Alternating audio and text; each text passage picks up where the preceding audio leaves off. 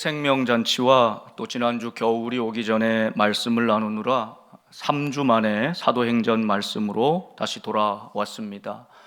바나바와 바울은 1차 선교 여행을 통해서 비시디아 안디옥에서 하나님 말씀을 전하였습니다. 한 주 더 머물러 달라는 요청을 받고 그 다음 주에도 말씀을 전할 때 그 온 성 안에 시민들이 몰려들었습니다. 그리고 구원받는 역사가 일어났습니다. 이 일로 유대인들이 시기심이 가득하여 이방인 관리들, 유력한 사람들을 선동하고 바울 일행을 핍박하고 쫓아내기에 이르렀지요. 그래서 바울 일행은 티끌을 떨고 성령과 기쁨으로 충만하여 비시디아 안디옥을 떠나서 이고니온이라는 지역으로 오늘 들어갑니다. 오늘 지도를 한번 잘 보시면 비시디아 안디옥에서 이고니온까지 여기까지 한 180km의 먼 거리입니다. 그리고 이고니온에서 루스드라로 한 30km쯤 떨어진 곳이고요. 루스드라에서 다시 더베로 한 100km쯤 떨어진 지역이다, 이렇게 생각을 하시고 비시디아 안디옥, 오늘 이고니온, 루스드라, 더베, 그리고 더베가 1차 세계 전도 여행의 반환점이 됩니다. 다시 루스드라로, 이고니온으로, 안디옥으로, 버가로, 아탈리아로 내려와서 다시 배를 타고 시리아 안디옥, 파송받았던 그곳으로 다시 돌아오는 여정이 오늘 사도행전 14장에 기록되어 있지요. 오늘 27절에 보면 이 시리아 안디옥에 돌아와서 두 사도가 보고를 하는데 무엇이라고 합니까? 오늘 설교의 제목과 같이 하나님이 우리와 함께 행한 모든 일, 하나님이 함께 행한 모든 일들, 그것을 보고하고 이방인의 문을, 믿음의 문을 열어주신 이 사건을 보고하고 있는 것입니다. 오늘 우리가 보았던 지도의 그 길은 로마가 뚫어놓은 길입니다. 그 길을 비아 세바스테라고 하는데 이 길을 오늘 두 무리의 사람들이 똑같이 걸어갑니다. 첫 번째는 두 사도입니다. 두 사도가 함께 걸어간 길, 그것은 결론적으로 말하면 복음을 전하는 길이었고 생명을 전하는 길이었습니다. 구원을 전하는 길이었습니다. 그런데 이 길로 똑같은 일단의 무리들이 따라옵니다. 순종하지 않았던 유대인들, 그들은 사람들을 선동합니다. 충동합니다. 이 사도들이 전한 복음에 악감을 품게 하고 분열시킵니다. 결국에 다투게 만들고 사도 바울을 돌로 쳐 죽이게 만듭니다. 멸망의 길, 죽음의 길, 다툼의 길로 걸어가고 있습니다. 똑같은 길을 가는 두 무리의 사람들이 어떠한 삶의 궤적을 가지고 결국 하나님 앞에 설 것인가를 오늘 우리에게 말씀하고 있는 것입니다. 먼저 두 사도의 길을 따라가 봅시다. 1절 말씀 보시면 이에 이고니온에서 두 사도가 함께 먼저 유대인의 회당에 들어갔습니다. 말하니, 이 말은 무엇일까요? 예수 그리스도의 복음을 말씀으로 전했다는 뜻이죠. 그리고 유대와 헬라의 허다한 무리가 이 말씀을 듣고 믿더라.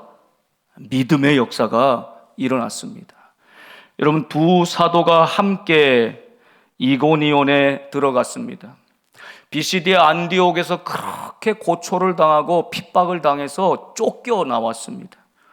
그런데 그 회당에서 그랬거든요. 유대인들이 그랬거든요. 그러면 다시 유대인 가운데로, 회당으로 들어가고 싶지 않았을 것입니다.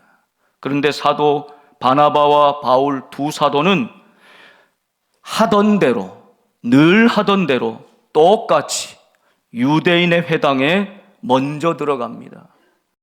유대인들에게 먼저 다가갑니다. 동족에게 먼저 이 복음을 전했다는 것입니다.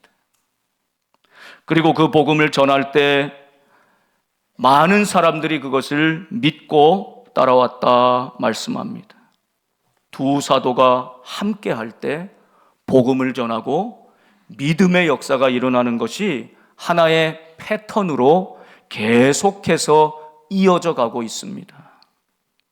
또 3절에 보시면 두 사도가 오래 있어, 오래 함께 있어 주를 힘입어 담대히 말하니, 이 말도 그냥 사람의 말이 아니죠.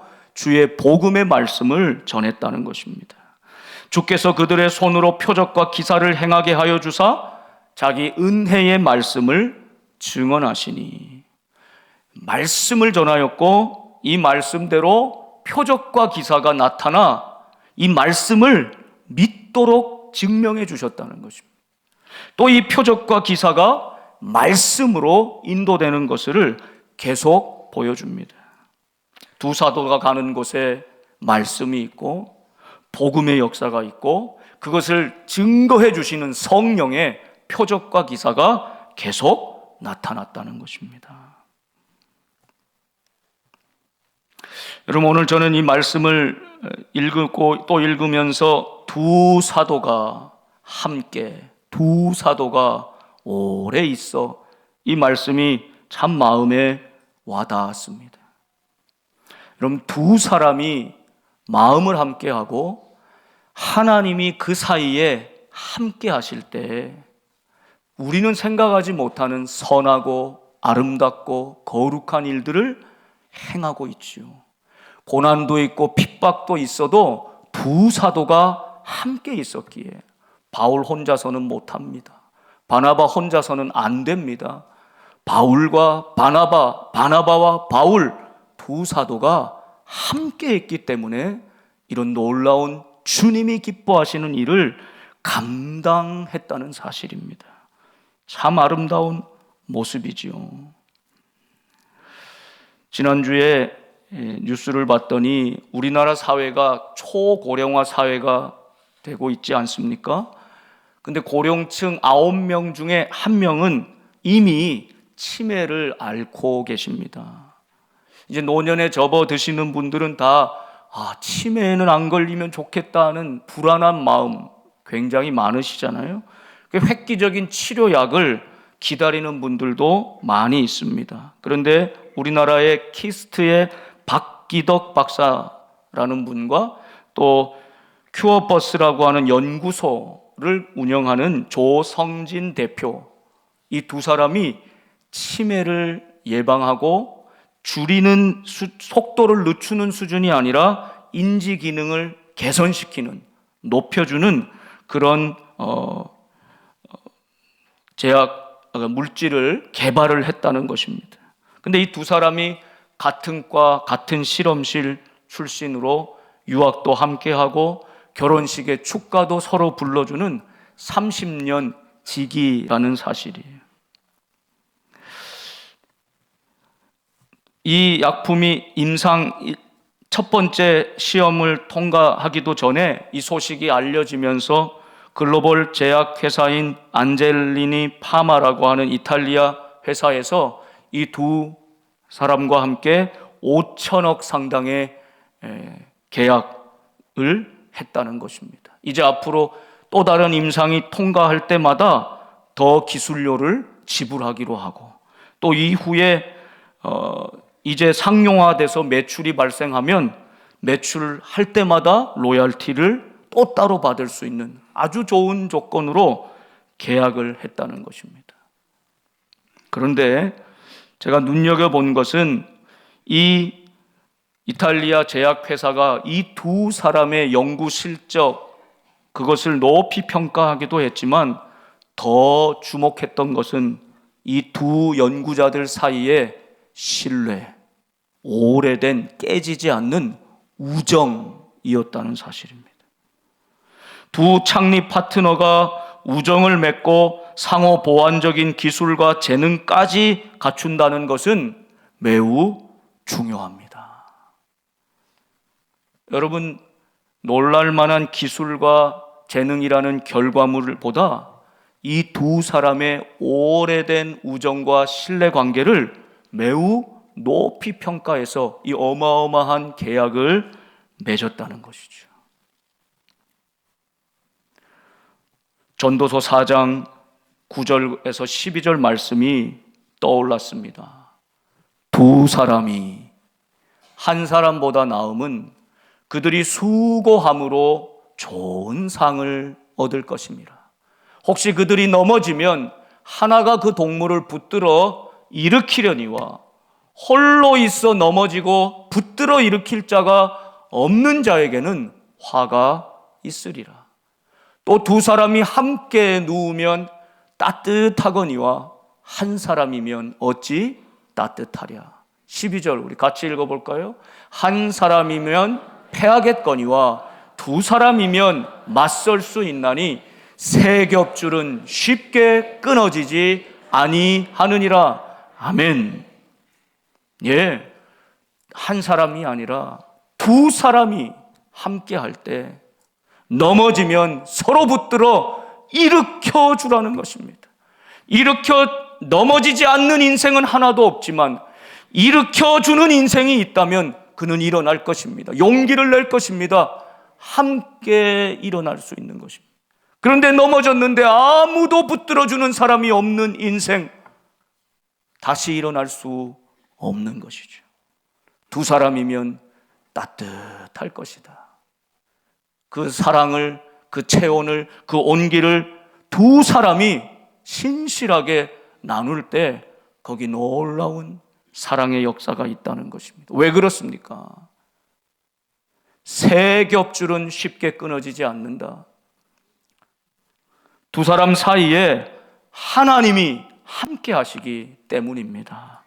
여러분, 하나님이 함께 하시는 부부, 하나님이 함께 하시는 친구, 그들 두 사람이 모이면 주님이 기뻐하시는 거룩하고 선한 일, 아름다운 일들을 도모할 수 있다는 뜻이죠. 저는 우리 복된 성도들이 바나바와 바울처럼 믿음의 형제 자매들이 되어서 주님이 함께 하시는 세 겹줄 끊어지지 않는 그 사랑으로 주님과 함께 동역하며 넘어지면 붙들어 일으켜주고 서로 위로하고 늘 기쁨과 감사와 은혜를 서로 주고받는 유통하는 축복된 관계가 되기를 간절히 바랍니다. 여러분, 모일 때마다 정치 이야기, 그거 잠깐 대단한 것 같지만 조금 지나면 다 사라지는 것입니다. 다른 사람 험담하는 이야기, 그거 참 재밌고 솔깃하거든요. 그런데 그것도 다 부질없는 것 아닙니까? 이런데 우리 마음을 두고, 이런데 우리의 좋은 관계를, 시간을 허비하지 말고 주님이 함께 하셔서 엄청난 복음의 역사를 이룰 수 있는, 구원의 역사, 생명의 역사를 이룰 수 있는 이 잠재적인 놀라운 축복의 관계를 결코 허비하지 않는 두 사도가 함께 있어, 두 사도가 오래 함께 있어, 주님과 함께 있어 우리 주님이 우리를 통해 행하신 일들을 하나님 앞에 찬양하며 감사할 수 있는 여러분의 인생 길이 될 수 있기를 간절히 축복합니다. 바울은 바나바가 있기에, 바나바는 바울이 있기에, 두 사도가 함께 있기에 오늘 당하는 수많은 고난과 역경을 뚫고 담대하게 앞으로 나아갈 수 있었던 것입니다. 여러분, 반드시 여러분 주변에 한 사람, 두 사람 나와 마음을 같이 하여 주님의 기쁨을 이룰 분들이 반드시 있음을 기억하십시오. 그 사이에 주님이 함께하고 계심을 기억하면서 두 사도처럼 생명의 길로 함께 나아가는 저와 여러분의 삶이 될 수 있기를 바랍니다. 루스드라라고 하는 곳에 이제 들어가게 됐죠. 왜냐하면 저들이 돌로 치고 달려들고 모욕하고 맞서 싸우지 않고 두 사도는 루스드라로 피하여 갔습니다. 그 루스드라에 들어갔더니 거기 나면서 일어나 보지 못한 지체장애인이 있어요. 꼭 사도행전 3장의 말씀과 비슷한 사건이 일어납니다. 바울이 그를 주목하였습니다. 무엇을 주목했냐? 그의 마음 속에 구원받을 만한 믿음이 그에게 있는 것을 주목하였습니다. 그리고 바울이 힘차게 외칩니다. 내 발로 바로 일어서라. 마치 베드로가 나사렛 예수의 이름으로 명하노니 일어나 걸어라. 그 사람이 일어나 걷게 되었습니다. 놀라운 역사가 일어났습니다. 베드로 안에 역사했던 부활의 영, 오늘 바울의 속에서 역사하시는 예수 그리스도 부활의 영이 그 앉아있는 인생을 일으켜 세운 것입니다. 여기까지는 참 놀라운 기적인데, 와, 하나님의 놀라운 역사 아닙니까? 그런데 문제는 그 다음입니다. 거기 모였던 사람들이 이 사건을 지금 다 봤거든요. 그랬더니 이 사람들이 막 소리를 내면서 신들이 사람의 형상을 입고 이 땅에 강림했다. 저 사람들은 신들이다 하면서 바나바를 제우스 신처럼 떠받들고 말하는 자인 바울을 향해서 헤르메스라고 막 떠받드는 것입니다. 제사장들이 찾아오면서 제사를 드릴 소를 가지고 오고요, 화환들을 가지고 막 제사를 드리러 그들 앞에 나오는 것입니다. 여러분, 이때가 바울과 바나바 두 사도에게는 어찌 보면 선택의 갈림길에 있는 것입니다. 위기의 순간이기도 합니다. 왜 그렇습니까? 만일 이때 이 무슨 일이냐, 이런 일을 하지 말라고 우리가 예수의 복음을 전한 것 아니냐, 하나님 천지를 창조하신 그 하나님 여호와께로 돌아오라, 우리는 너희와 똑같은 성정을 가진 사람에 불과하다, 어찌 사람을 가리켜 하나님처럼 신처럼 여기느냐, 이런 일들을 버려라. 참 겸손하게 나는 사라지고 하나님만 보여주는 이 두 사도의 모습 아닙니까? 그런데 여기서 이렇게 하지 않고요, 사람들이 막 신처럼 떠받드니까요, 재물을 가져오고 막 제사 드리려 하고 그 앞에 절하고 이러니까요, 두 사도가 만일 여기서 유혹에 넘어가서 교만해져서 마음이 높아져서 마치 하나님의 자리에 있는 것처럼 탁 올라서 버리면, 그렇지 그 모든 영광을 당연한 것으로 만일 여겼다면 어떻게 되었겠습니까? 성령으로 시작한 은사를 행하는 자들, 치유를, 표적과 기사를 나타낸 자들 있습니다. 그러나 나중은 사람의 일로 패하여 버리는, 교만한 자리에 올라가 하나님의 자리에 자리를 잡고 영광을 받는, 그래서 처음은 성령으로 시작했다가 사람의 일로 부끄러움을 당하고 패하여 버리는 안타까운 일들이 얼마나 많습니까? 사도 바나바와 바울은, 두 사도는 그 교만의 길로 가지 않고 지금 겸손한 자리, 낮은 자리로 내려와서 오직 살아계신 하나님, 그분께로 돌아와야 됨을 선포하고 있는 것입니다. 자, 이것이 두 사도가 걸어갔던 믿음의 길, 구원의 길, 생명의 길이었습니다.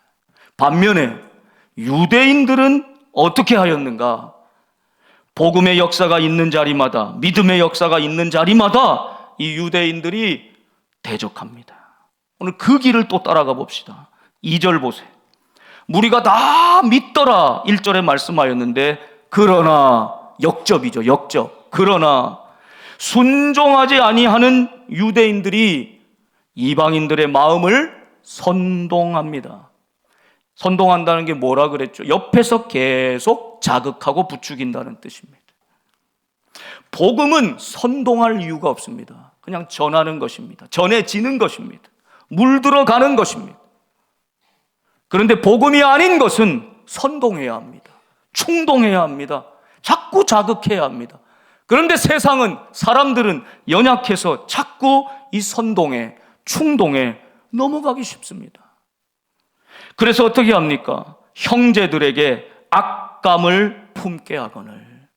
복음을 전하고 있는, 목숨을 바쳐서 복음 전하고 있는 이 두 사도, 우리의 본질상 형제들인데, 예수 그리스도 안에 한 형제들인데, 한 하나님의 형제들인데, 그들에게 악감을 품게 하고 있다.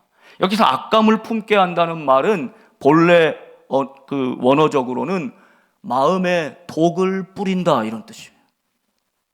여러분, 확인되지 않은 말들 의심하고 오해하면서 그 악감을 품게 하는 것, 그 영혼의 마음에 독을 뿌리고 있는 것과 마찬가지입니다. 오염시켜버리는 것이죠. 하나님의 말씀으로 깨끗하여 순전한 삶을 살게 하는 두 사도의 복음 전하는 말씀이 있는 바로 그 자리에, 그러나 순종치 않는 유대인들은 바로 그들을 선동하여 마음에 독을 뿌리고 그 받은 말씀을, 은혜를 악감을 품게 만들어 오염시켜버린다. 여러분의 심령은 하나님의 말씀으로 가득 차 있습니까? 아니면 세상의 여러 가지 이야기들로 여러분 마음이 오염되고 있지는 않습니까? 순종치 않은 유대인들이 행한 일이 바로 이것이다. 그래서 4절에 보면 그 신의 무리가 나뉘게 됩니다. 분열시킵니다. 유대인을 따르는 자도 있고 두 사도를 따르는 자도 있느니라. 여러분, 언제나 믿음은 결단입니다. 선택입니다. 하나님의 말씀을, 복음의 말씀을 받아들이고 그것에 내 길을 맞추고 따라가는 두 사도의 길이 있는가 하면, 선동과 충동의 유혹에 넘어가 마음에 독이 생기고 오염되어 유대인들을 따르는 자도 생기게 되는 것입니다. 분열의 역사가 있는 것입니다. 5절에 또 유대인들은 어떻게 하고 있습니까?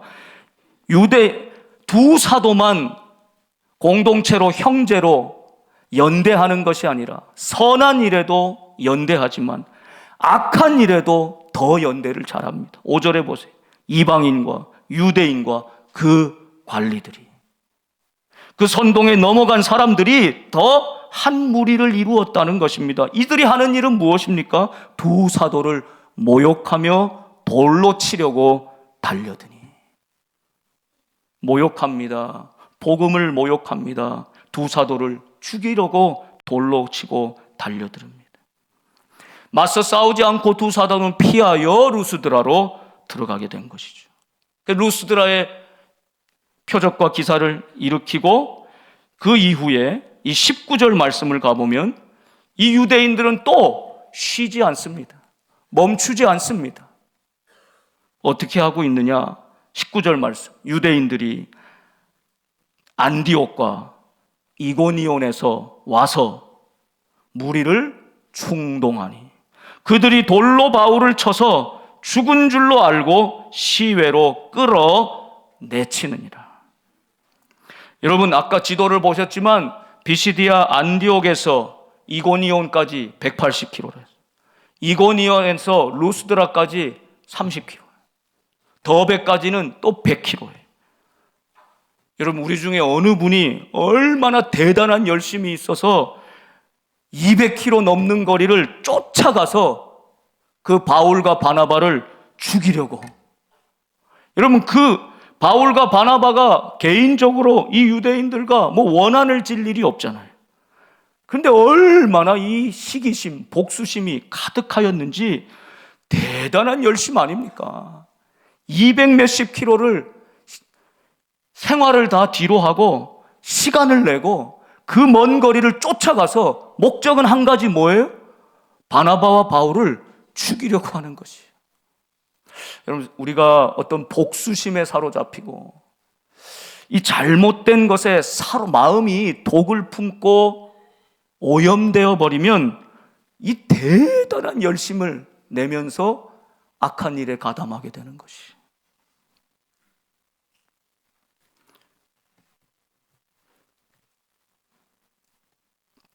바울은 이미 죽은 줄 알고 돌에 맞아 시체처럼 되었습니다. 이 시체를 처리하는 방식이, 이제 돌로 쳐서 죽은 시체는 이 시외 지역으로 높은 언덕에서 밑으로 던져버리는 것입니다. 죽은 시체니까 던져버리는 거예요. 바울은 이미 저들은 죽었다 생각하고 바울을 시외로 끌어다가 던져버렸다는 것입니다. 이 말씀 속에 참 이 악의 세력이 무섭다. 악은 결코 지치지 않는다. 악은 결코 쉬지 않는다는 사실을 아주 몸서리치게 보게 되는 것입니다. 예루살렘의 아이히만이라고 하는 책으로 알려진 이 유대인들을 무참히 가스실에 보내 죽였던 악명 높은 범죄자 아이히만이 있습니다. 그가 이름까지 바꾸고 저 아르헨티나인가요? 가 있다가 숨어 있다가 잡혔어요. 그래서 드디어 전범 재판에 서게 됩니다. 사람들은 그 수많은 사람들을 무참히 죽여버린 이 사람을 생각할 때 뿔 달린 괴물로 여겼습니다. 그런데 그 전범 재판소에 선 아이히만이란 사람은 너무나 평범한 이웃집 아저씨 같은 모습이었어요. 우리랑 하나도 다를 게 없는 아주 평범하기 그지없는 이웃집 사람과 같았습니다. 그래서 세계가 깜짝 놀랐습니다. 한나 아렌트는 그래서 이 악의 특징을 가리켜 악의 평범성, 악의 진부성이라고 불렀습니다. 악이 악인 줄 모르고 상부에서 지시하니까 그냥 명령에 따랐을 뿐입니다. 나는 먹고 살기 위해서 내게 맡겨진 임무만 충실히 감당했을 뿐입니다. 아이히만의 진술이었습니다.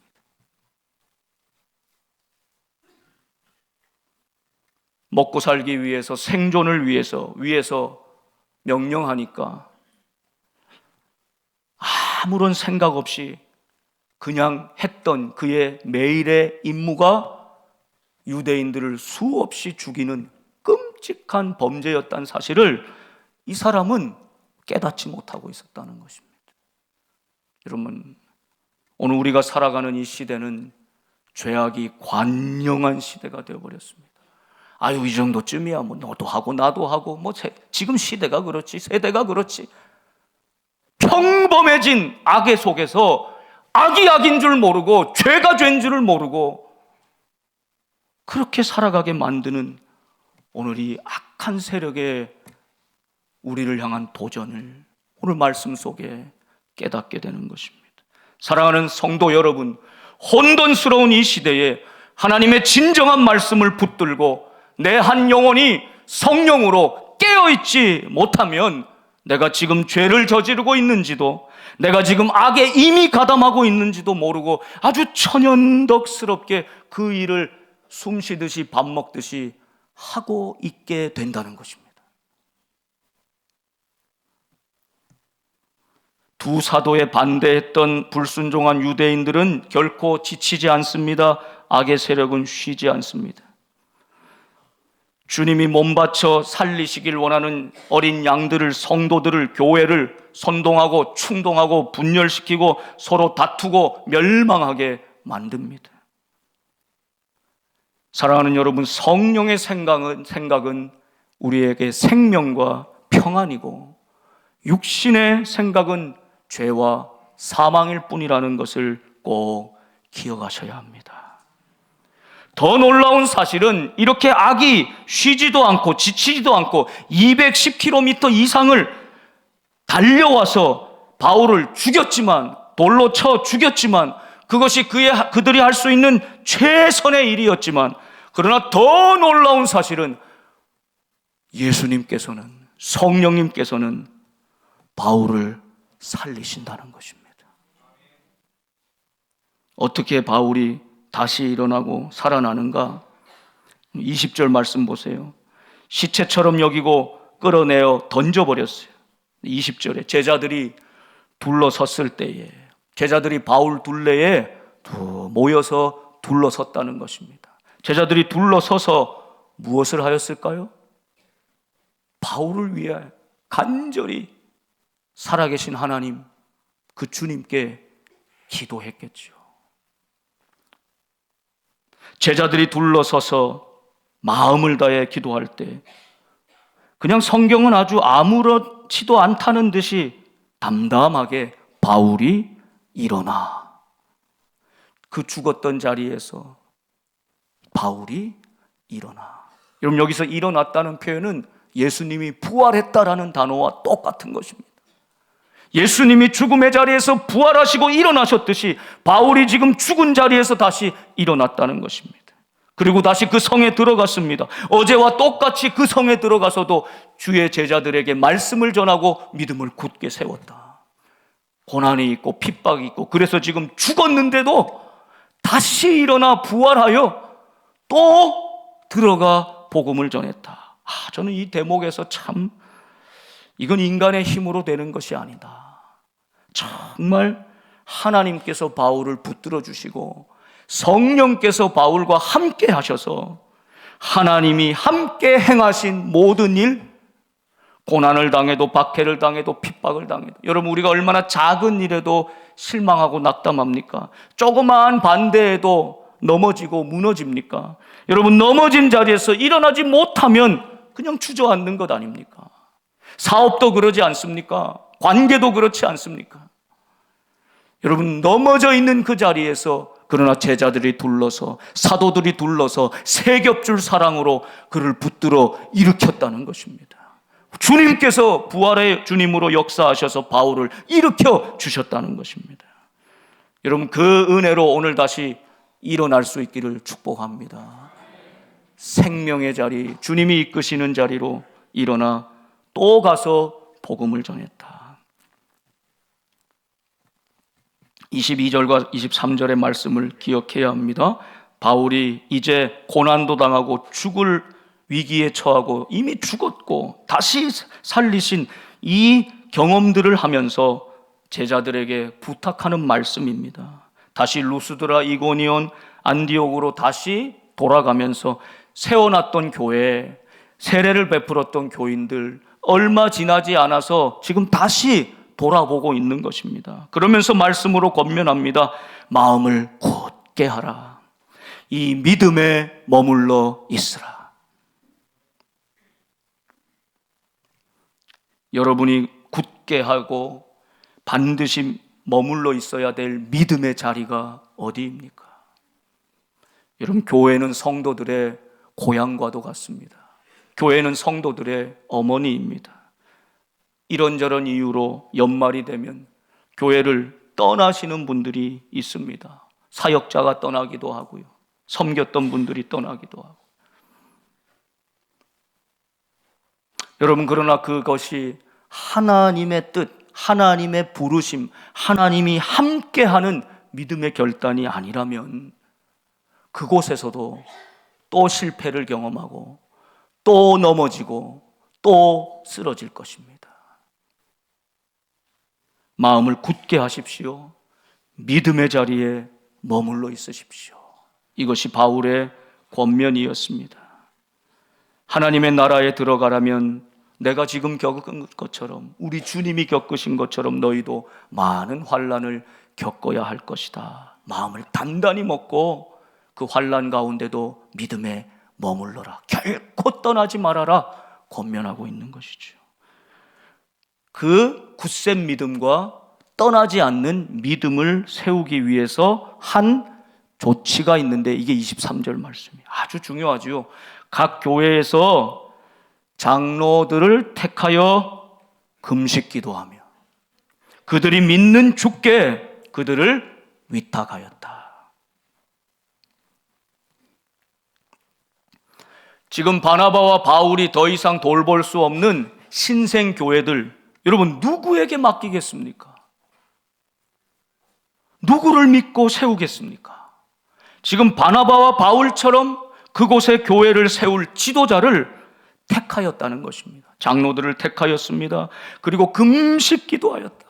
모든 것을 끊고 기도할 만큼 아주 중요한 선택이었다는 것이죠. 여러분, 오늘 이제 2차 항존직 선택을 하게 되지 않습니까? 교회 장로님들을 세우는 것, 주의 일꾼들을 세우는 것, 이토록 중요한 일이라는 것을 깨닫게 됩니다. 바나바와 바울이 없는 자리에 유일하게 교회를 책임지고 맡을 지도자, 장로님들이라고 말씀하고 있는 것입니다. 교회를 위탁할 정도로 책임을 지는 자리, 예배자로, 기도의 삶으로, 작은 말과 행동 하나에도 다른 사람과 이방인까지도 생각하고 배려하는 자세로 가정도 생활도 삶의 자리도 모범이 되고 덕이 되는 그 지도자들을 잘 세워서 이 교회를 세워나가기를 원하는 것입니다. 택함 받는 분들도 당연히 중요하고 기도해야 하지만 택하는 여러분도 매우 중요하다는 사실을 잊지 말아야 합니다. 여러분의 한 표 한 표가 모아져 이것이 하나님의 뜻으로 받기 때문입니다.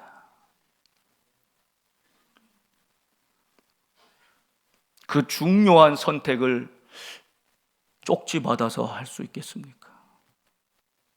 그 중요한 선택을 모르는 사람을 그냥 하실 수 있겠습니까? 지금 나의 한 표를 통해 하나님의 뜻이 우리 교회 가운데 이루어지는 것이다 라고 하는 중요한 책임감을 가지고 여러분 기도하는 마음으로 참여하셔야 주님이 기뻐하시는 뜻이 정말 이 교회를 통해 온전히 세워질 줄로 믿습니다. 더 놀라운 말씀은 이 하반절인데 그들이 믿는 주께 그들을 위탁하고. 여러분, 사람이 하는 일은 다 연약함도 있고 허물도 있지 않습니까? 그런데 여기서 중요한 사실은 그들이 믿는 주님께 그들을 위탁한다. 바나바와 바울이 믿는 것은 주님이었습니다. 주님, 그들을 세웠습니다. 주님께 위탁합니다. 주님이 맡아주십시오. 주님이 책임져 주십시오. 주님을 믿습니다. 주님이 이 교회를 사랑하시기에 그 종들을 통해 주님께서 역사하실 것입니다. 이 마음으로 그곳을 떠날 수 있었던 것이죠. 다시 안디옥에 돌아와 하나님이 함께 행하신 모든 일, 이방인들에게 믿음의 문을 여신 이 모든 일을, 이 놀라운 구원의 역사를 보고하고 제자들과 함께 오래 있으니라 말씀하는 것입니다. 사랑하는 여러분, 오늘 우리가 살아가는 이 세상이 아무리 혼돈스럽고 어렵고 힘들다 할지라도 우리는 두 사도처럼 주님과 동행하며 주님이 기뻐하시는 일에 함께 마음과 시간을 들이실 수 있기를 바랍니다. 여러분, 기도 시간도 어제보다 오늘 1분이라도 늘어갈 수 있기를 소망합니다. 말씀을 보는 것도 어제보다 오늘 한 절이라도 늘어갈 수 있게 되기를 소망합니다. 성도들을 붙잡아 일으켜주는 것, 사랑하는 것, 봉사하는 것, 작년보다 올해 조금이라도 더 많아질 수 있기를 간절히 소망합니다. 우리가 애쓰지 않으면, 성령의 역사와 은혜를 경험하지 못하면 선한 일에 부지런하기가 너무 어렵습니다. 두 사도가 함께 할 때 가능한 일입니다. 혼자서는 못합니다. 그러나 나쁜 일에는, 악한 일에는 가만히 있어도 물들어 버립니다. 가만히 있으면 성경 더 안 보게 되고요, 기도 더 안 하게 되고요, 전도는 뭐 생각하지도 않게 되고요, 봉사하던 거 절대 안 하게 됩니다. 가만히 있어서는 계속 그렇게 되는 거죠. 여러분, 오늘 어떤 일에 열심을 내고 분주하고 계십니까? 두 사도처럼 주님이 우리와 함께 행하신 모든 이들에 동참하는 거룩한 길 걸어갈 수 있기를 간절히 소망합니다. 한 사람도 불순종했던 유대인들의 같은 길이지만 한 길은 살리는 길, 생명의 길, 한 길은 그 사람들을 죽이려고 쫓아오고 달려온 핍박의 길, 죽음의 길, 멸망의 길이었음을 꼭 기억해야 합니다. 날씨가 좀 추워지니까 몽골 선교 다녀온 분들은 우리 선교사님들 생각해서 선교 헌금도 보내시고요, 또 온풍기도 보내줬어요. 사진 보여주시면 잘 도착해가지고 설치를 잘 마쳤다고 선교사님이 사진을 보내주셨어요. 넘기셔도 됩니다. 넘겨주세요.